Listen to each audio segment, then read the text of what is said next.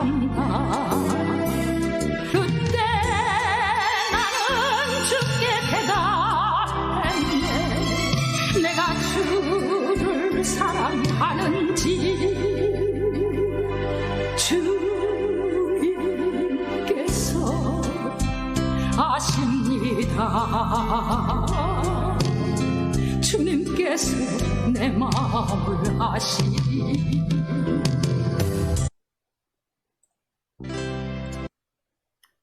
안녕하십니까. 다운이 선한 목자교회 김요한 목사입니다. 오늘은 내가 나를 사랑하느냐 제목을 가지고 함께 은혜를 나누기로 원합니다. 먼저 오늘의 본문 말씀을 봉독하겠습니다. 본 말씀은 요한복음 21장 15절에서 21절입니다. 제가 읽겠습니다. 그들이 조반 먹은 후에 예수께서 시몬 베드로에게 이르시되 요한의 아들 시몬아 내가 이 사람들보다 나를 더 사랑하느냐 하시니 이르되 주님 그러하나이다. 내가 주님을 사랑하는 줄 주님께서 아시나이다. 이르시되 내 어린 양을 먹이라 하시고 두 번째 이르시되 요한의 아들 시몬아 내가 나를 사랑하느냐 하시니 이르되 주님 그러하나이다. 내가 주님을 사랑하는 줄 주님께서 아시나이다. 이르시되 내 양을 치라 하시고 세 번째 이르시되 요한의 아들 시몬아 내가 나를 사랑하느냐 하시니 주께서 세 번째 내가 나를 사랑하느냐 하심으로 베드로가 근심하여 이르되 주님 모든 것을 아시오매 내가 주님을 사랑하는 줄을 주님께서 아시나이다. 예수께서 이르시되 내 양을 먹이라. 내가 진실로 내게 이르노니 내가 젊어서는 스스로 띠뛰고 원하는 곳으로 다녔거니와 늙어서는 내 팔을 버리리니 남이 내게 띠띠우고 원하지 아니한 곳으로 데려가리라. 이 말씀을 하시면 베드로가 어떠한 죽음으로 하나님께 영광을 돌릴 것을 가리키심이로라. 이 말씀을 하시고 베드로에게 이르시되 나를 따르라 하시니 베드로가 돌이켜 예수께서 사랑하시는 그 제자가 따르는 것을 보니 그는 만찬석에서 예수의 품에 의지하여 주님을 파는 자가 누구 오니까 묻던 자더라. 이에 베드로가 그를 보고 예수께 여짜오되 주님 이 사람은 어떻게 되겠사옵나이까? 예수께서 이르시되 내가 올 때까지 그를 머물게 하고자 할지라도 내게 무슨 상관이냐? 너는 나를 따르라 하시더라. 오늘 본문 말씀의 그 내용은 예수님께서 부활하셔서 부활체를 가지시고 10일 후에 자기들의 고향으로 돌아가서 옛 직업인 어부로서 살아가고 있는 제자들을 찾아가서 만나는 장면입니다. 이번에 예수님께서 제자들에게 나타나심은 세 번째 나타나심이었습니다.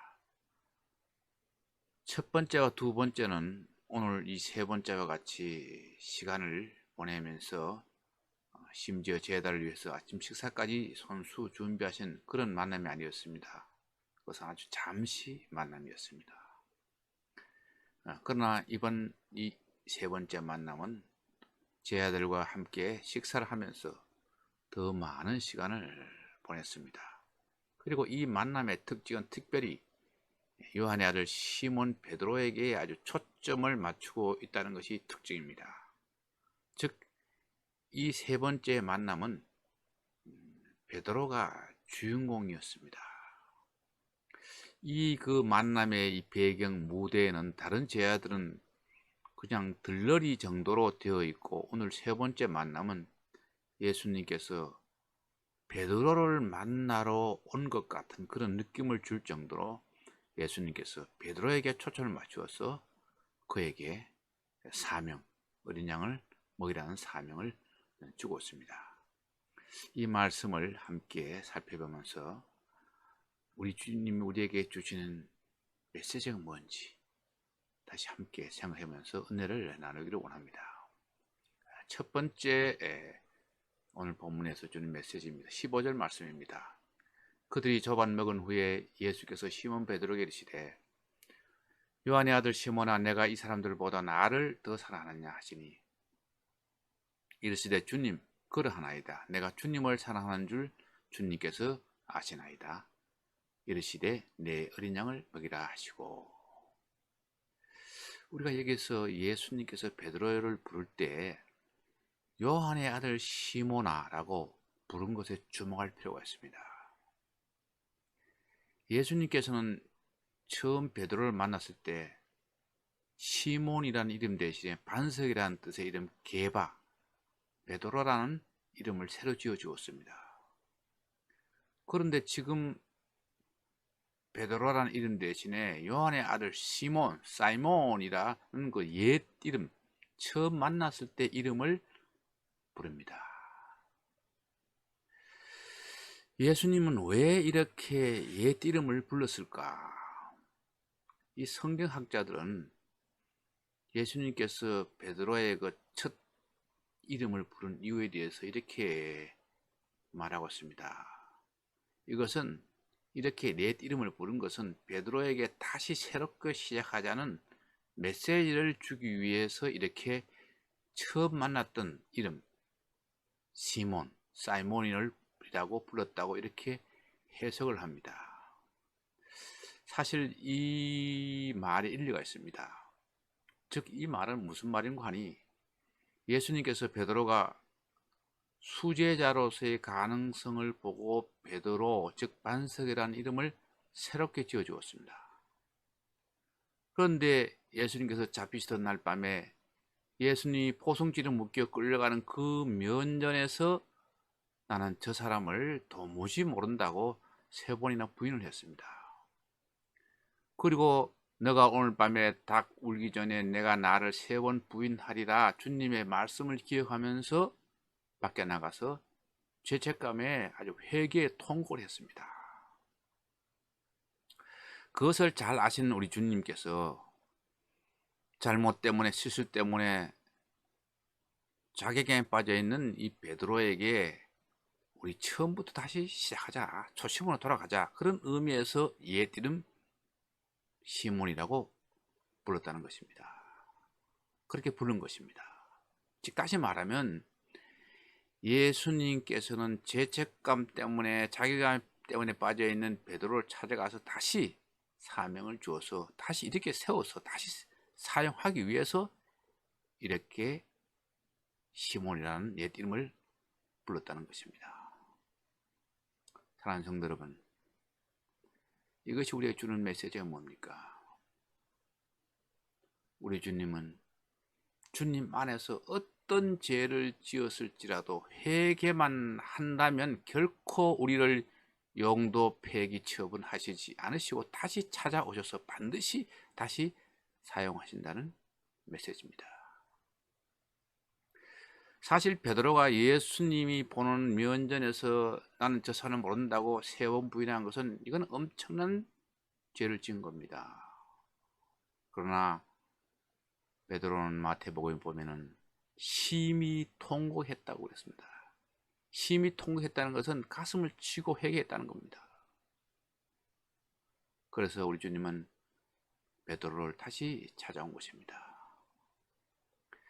같은 제자로서 그의 같은 죄를 지은 베드로와 가룟 유다의 차이는 어디에 있습니까? 비록 베드로는 예수님을 배반했지만은 눈물의 회개가 있었습니다. 통의 자복이 있었습니다. 그러나 가룟 유다는 회개하지 않고 후회만 하고 스스로 심판자가 되어 자살하고 말았습니다. 호세아서 6장 1절에서 2절 이런 말씀이 있습니다. 오라 우리가 여호와께로 돌아가자. 여호와께서 우리를 찌르셨으나 도로 낫게 하실 것이요 우리를 치셨으나 싸매어 주실 것입니다. 여호와께서 이틀 후에 우리를 살리시며 셋째 날에 우리를 일으키시리니 우리가 그의 앞에서 살리라. 여기서 그의 앞에서 살리라 이렇게 일으키시리라. 이 말은 회개하고 여호와께 돌아가면 다시 사용한다는 그런 말입니다. 그 다음 두 번째로 오늘 본문에서 우리에게 주는 메시지입니다. 15절에서 17절 사이에 있는 말씀입니다. 15절에서 17절 사이에 보면 요한의 아들 시몬아 내가 나를 사랑하냐 묻습니다. 이 세 번 물음은 베드로가 얼마 전에 예수님께서 잡혀가는 면전 앞에서 세 번 나는 저 사람을 모른다고 부인한 횟수와 같습니다. 여기서 예수님께서 물은 이 세 번의 사랑의 어원의 의미가 다릅니다. 아카페의 사랑과 필레오의 사랑을 물으셨습니다. 즉 여기서 우리 주님은 두 번을 아카페의 사랑, 즉 하나님의 사랑, 무조건적인 사랑으로 물으셨고, 한 번은 필레오 사랑, 이거는 인간적인 사랑, 우정의 사랑으로 물으셨습니다. 왜 우리 주님은 베드로에게 두 번은 아카페 사랑과 한 번은 필레오의 사랑을 물었을까? 왜 세 번씩이나 이 사랑들을 확인시켰을까? 이것은 내 어린 양을 먹이라는 그 사명을 감당하기 위해서는 하나님의 과의 사랑과, 즉 종적인 사랑인 아카페의 사랑과 인간적인 사랑, 즉 횡적인 이웃 사랑을 가지고 사명을 감당해야 한다는 메시지가 담겨 있습니다. 즉 다시 말하면 사람 낚는 어부, 영혼 살리는 사명을 감당하려면 하나님의 사랑과 정적인 인간적인 사랑을 가지고 하라는 의미입니다. 우리 믿음의 동역자 여러분, 성도 여러분, 이것이 우리에게 주는 메시지가 뭡니까? 우리 모두는 하나님의 사명을 받은 자로서 지금 우리가 무엇을 하든지 무슨 직업을 가지고 있든지 우리 모두는 있는 자리에서 사명 따라 미션 따라 사는 자들입니다. 예외가 없습니다. 거지면 거지 그대로, 문둥이면 문둥이 그대로, 가난하면 가난 그대로, 부자면 부자 그대로 지위 고하를 막론하고 빈부 차이를 막론하고 우리 모두는 예수 안에서 다 사명 따라 사는 자들입니다. 사명 따라 사는 사람은 하나님의 사랑과 이웃 사랑의 심장을 가지고 우리의 사명을 감당해야 된다는 메시지입니다.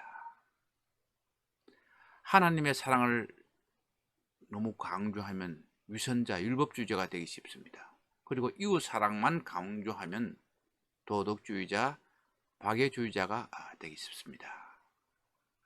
마태복음 22장 이하의 말씀입니다. 그 중에 한 율법사가 예수를 시험하여 묻되 선생님, 율법 중에 어느 계명이 크니까? 예수께서 이르시되 내 마음을 다하고 목숨을 다하고 뜻을 다하여 주 너희 하나님을 사랑하라 하셨으니 이것이 크고 첫째 되는 계명이요 둘째도 그와 같으니 내 이웃을 내 자신같이 사랑하라 하셨으니 이 두 계명이 온 율법과 선지자의 강령이니라. 여기서 이 두 계명이 온 율법과 선지자의 강령이라는 이 말은 모든 성경에서 가장 강조하는 기본이 바로 하나님 사랑과 그리고 이웃 사랑이라는 뜻입니다. 즉 모든 율법과 예언자들의 말씀이 이 두 계명에서 나온 것이라는 그런 말입니다. 다음 세 번째로 오늘 본문 말씀 우리에게 주는 메시지입니다. 18절 19절입니다. 내가 진실로 진실로 이르노니 내가 젊어서는 스스로 뛰고 원하는 곳으로 다녔거니와 늙어서는 내 팔을 벌리리니 남이 내게 띠띠우고 원하지 않은 곳으로 데려가리라. 이 말씀을 하시면 베드로가 어떠한 죽음으로 하나님께 영광을 돌릴 것을 가리킴이라. 이 말씀을 하시고 베드로에게 이르시되 나를 따르라 하시니, 이것은 우리 주님께서 베드로가 마지막 사명을 감당하다가 마지막 말로가 어떻게 될 것인가를 예언하신 말씀입니다. 베드로의 순교를 가리키는 말씀입니다. 즉 단두대라는 어떤 앞에 선다는 그러한 가리킴의 말씀입니다. 예언대로 전생에 의하면 베드로는 십자가에 거꾸로 못 박혀 순교했다고 합니다. 거꾸로 못 박힌 이유는 주님이 바로 못 박혀 죽으셨는데 내가 어떻게 바로 못 박혀 죽을 수 있는가? 나를 거꾸로 못 박으라고 했다고 합니다. 여러분 다 아실 그 영화입니다. 쿠어바레스 도미네. 주님 어디로 가십니까? 저도 이 영화를 봤습니다. 거기에 보면은 로마 네로 황제의 박해를 피해서 로마 도성을 빠져나가다가 부활하신 주님을 베드로가 만납니다. 그때 베드로가 쿠어바레스 도미네, 주님 어디로 가십니까? 이렇게 묻습니다. 이때 우리 주님이 너가 박해를 피해서 나는 로마로 들어가서 십자가에 못 박혀 죽으려고 로마로 가는 길이다라고 이렇게 대답합니다. 그리고는 주님께서 홀연히 사라졌습니다. 이때 베드로는 다시 가던 길을 돌이켜 로마로 다시 들어가서 십자가에 거꾸로 못 박혀 죽습니다. 사랑하는 성도 여러분, 이것이 우리에게 주는 메시지는 뭡니까? 우리의 순례자의 삶, 믿음의 삶, 사명의 삶을 감당하는 데 있어서 순교의 각오로, 순교한다는 그런 각오로 끝까지 우리의 믿음을 지키면서 살아가라는 그런 메시지입니다. 우리는 지금 사실 예수 이름 때문에 순교당하는 일은 없습니다. 그러나 물론 북한이나 무슬림 국가에서는 예수 믿음 순교당하면 죽습니다. 그런데 이 순교보다 더 힘든 것은 산순교의 삶입니다. 산순교의 삶이란 우리가 이 세상의 유혹과 우상 또한 타협이 우리를 엄습해오는 이런 환경입니다. 우상에는 뭡니까? 하나님보다 더 사랑한 것이 우상입니다. 우리는 지금 세상의 유혹과 우상과 타협의 유혹 속에 살고 있습니다. 그 중심에서 둘러싸여 있습니다. 이것은 순교보다 더 무서운 것들입니다. 힘듭니다. 진화론이 우리에게 밀려들어옵니다. 진화론의 분위기가 또 교육이 우리 자녀들을 지금 자늘 속에 들어와서 무신론자로 만듭니다. 또한 종교다원주의의 이 사상, 또 동성결혼, 그 마약, 알코올, 성적 타락. 지금 미국에서는 동성결혼에 대해서 입을 대면은 차별금지법으로 잡혀 들어갑니다. 남녀 화장실 따로 없는 시대에 우리는 살고 있습니다. 우리도 모르게 여기에 지금 물들어가고 있습니다. 우리 자녀선을도 지금 이것들이 물들어가고 있습니다.